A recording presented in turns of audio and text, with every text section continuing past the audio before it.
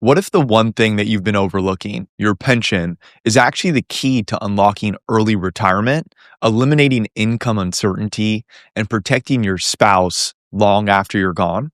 Well, most people treat pensions like a simple monthly check. But when you truly understand how it works, it doesn't just fund your retirement, it rewrites the entire story of how you get to live it. I'm Brandon Clark. I'm a certified financial planner and certified private wealth advisor. And after working closely with countless retirees to navigate this transition with confidence, I can tell you this: pensions aren't just income, they're leverage. And when used correctly, they change everything. So in this video, we're diving into how a pension changes everything about your retirement. When you retire, how much risk you take with your portfolio, how long your money lasts, and even how you leave a legacy. Stay with me into the end, because if you have a pension and you're not thinking about it in these 5 ways, you could be leaving money and peace of mind on the table, and nobody wants that. So let's dive in. First and foremost, if you're fortunate enough to still have a pension, be grateful. Decades ago, they were the cornerstone of retirement income for most workers, but over the years, pensions have steadily declined. Why?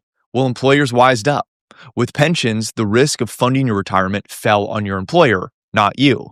And eventually, companies realized that they could shift that burden back to the employees. So by introducing the 401k. And as 401ks grew, traditional pensions began to fade. Imagine the company abruptly saying on a long road trip, "We're going to stop driving the bus. Here are the keys. You can take it from here." That's essentially what happened. Now, that said, many people still have both a 401k and a pension. And if you're one of the lucky ones with a pension today, you'll face a critical question at retirement. How do you want to take it? Do you want a lump sum rollover, which is a one-time payment that you invest and manage on your own? Or do you want a monthly income in the form of an annuity that lasts for life? And if you do go with the monthly income option, there's more to decide. First, do you want a single life annuity, which gives you the highest monthly payment but stops when you die? Or a joint and survivor annuity, where your spouse continues receiving a portion, say 100%, 75, or 50% if you pass away? Or maybe a period certain, where it's paid for, say 10 or 20 years minimum, even if you die sooner than that. The joint and survivor and period certain options both pay less than the single life annuity, because you're essentially buying insurance. Insurance that if something happens to you, your spouse or loved ones don't lose those hard-earned benefits. Point being, these aren't small decisions, they're permanent. So once you make the choice, you can't go back, which creates massive implications on your financial security. So quick recap: if you're single, the single life annuity may be the simplest path. But if you're married or even single with someone you want to leave benefits to, the choice gets more complex. Now, let's address the elephant in the room. What happens if your company goes bankrupt or the pension plan runs out of money? Here's the good news. Most pensions are insured by a federal agency called the Pension Benefit Guaranty Corporation, or PBGC, kind of a mouthful. But think of it like the FDIC insurance for your pension. There are limits, but for most retirees, it's enough to sleep at night. As of 2025, the maximum PBGC guarantee for a 65-year-old is $7,431 a month. That's over $89,000 a year. And that number isn't one size fits all. The guaranteed amount depends on the age that you begin benefits, with higher ages generally allowing for higher monthly guarantees. So if your pension is less than that and your employer is covered, you're fully protected. But not all plans are, so always check with HR or your benefits provider to confirm that PBGC coverage. And yes, your pension is likely safe, but safety is only the first layer. The real decision is this: should you take the monthly check or the lump sum? And this is where the math gets really interesting, thanks to a framework popularized by Michael Kitces. One of the most useful ways to think about this decision, whether to take the pension or the lump sum, is in terms of the internal rate of return, or IRR for short. That's the hurdle rate that your lump sum would need to beat to replicate what the pension payments deliver over time. Michael Kitces, a very well-known author within the financial planning space, highlighted this very subject. So for example, Kitces describes a situation where someone at 65 could take a pension that pays, let's say, $50,000 a year, or take a $600,000 lump sum. To replicate those pension cash flows over 17 years, let's say if they live to about 82, the lump sum would need to grow at around 4.2% annually just to match what the pension would have paid. Now, if you and or your spouse have longer life expectancy, that hurdle climbs. And to match the same income through age 90 or 100, you need returns of 6 to 7% or more, which obviously involves more risk with your nest egg. Now, where do joint and survivor options come in? When you choose a joint pension, payments are of course lower, as we discussed, but because payments continue as long as either spouse is alive, it reduces the risk of losing everything if one partner dies. And here's where your broader balance sheet comes into play. If you already have, let's say, a couple $1,000,000 saved for retirement in a 401k, IRA, or a taxable brokerage account, the pension isn't your only safety net. That means that you can allocate the lump sum more aggressively, say in a way that can potentially generate 8 to 10% returns while keeping your other accounts more moderate or conservative. In that scenario, the odds of the lump sum outperforming the pension improve dramatically because you're essentially tailoring your risk across different buckets instead of putting all of your eggs in the pension basket. Also, Kitces points out that the lump sum option isn't always the higher risk. Sometimes lump sums are generous enough relative to the pension payments that the hurdle rate is modest. This means in some situations that investing the lump sum could actually outperform the pension. How? Well, if you're disciplined with your investments, you manage risk prudently, and you even live long enough, the math can certainly check out. Another key factor when deciding between a lump sum and annuitizing your pension is whether it includes a cost of living adjustment, or COLA for short. Without a COLA, your fixed monthly payment will steadily lose purchasing power. Not great. And what feels like $50,000 a year today could be worth far less 20 years from now. And in that case, the lump sum could look more attractive because your investments have the potential to compound and grow over time, often very much outpacing inflation. Let me give you an example of Kitces' approach. Meet our clients, Bob and Linda. I'm just going to call them Bob and Linda for the sake of this conversation. Bob is 60, Linda's 57. And Bob's pension gives them 3 options.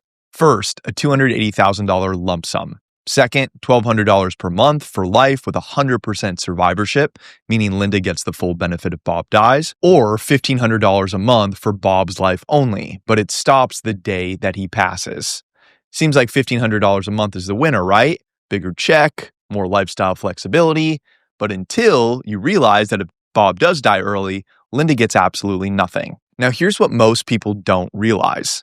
Pensions don't just give you income, they give you optionality. And that optionality changes everything.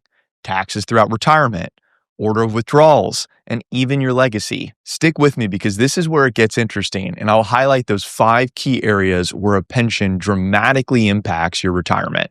But before we dive into specific examples, if you're looking for clarity around your pension and how it impacts your retirement, you can click the link in the description to schedule a free discovery call with myself. Our team's profit process gives you the clarity that you need to maximize your retirement.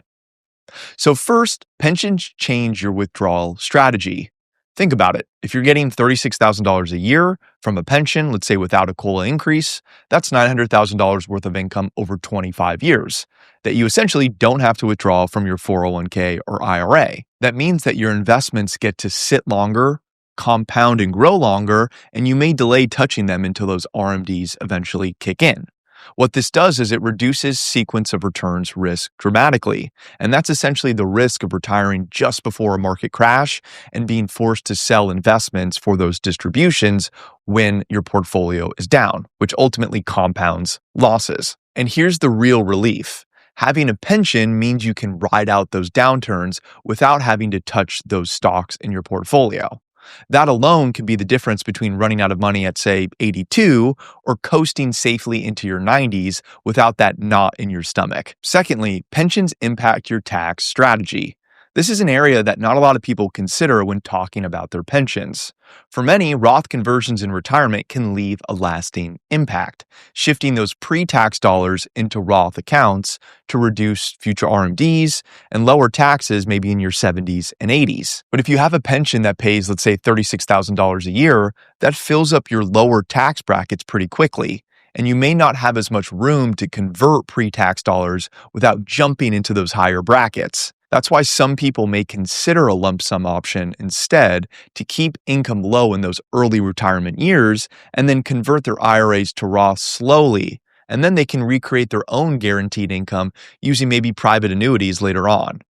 So there's no perfect answer. It obviously depends on your full financial picture, but you do want to consider taxes when discussing your pension. Now, third, pensions give you insulation from longevity risk. Let's say you're worried about living to 95 or even 100 and potentially outliving your savings.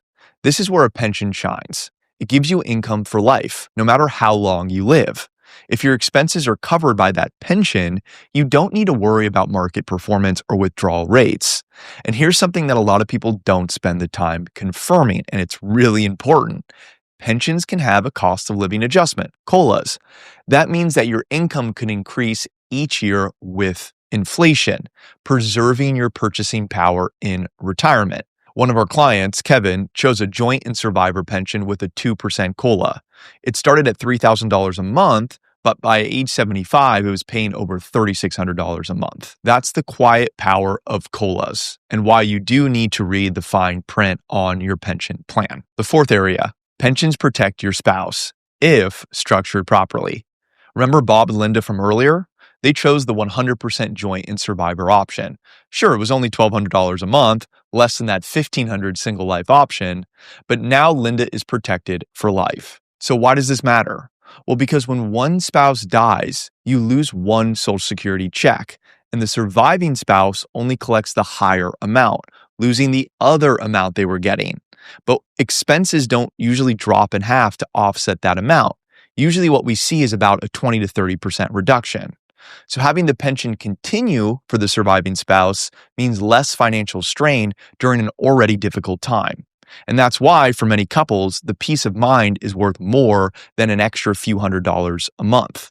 And finally, that fifth key area is that pensions can improve your estate plan if you plan right. And this is the part that a lot of people don't really think about, how your pension choices can impact your kids, your estate, and ultimately your legacy as well. If you take the lump sum option and invest it into a portfolio, or even buy a private annuity with a death benefit component, once you and your spouse pass away, let's say maybe early, your heirs get the remaining value.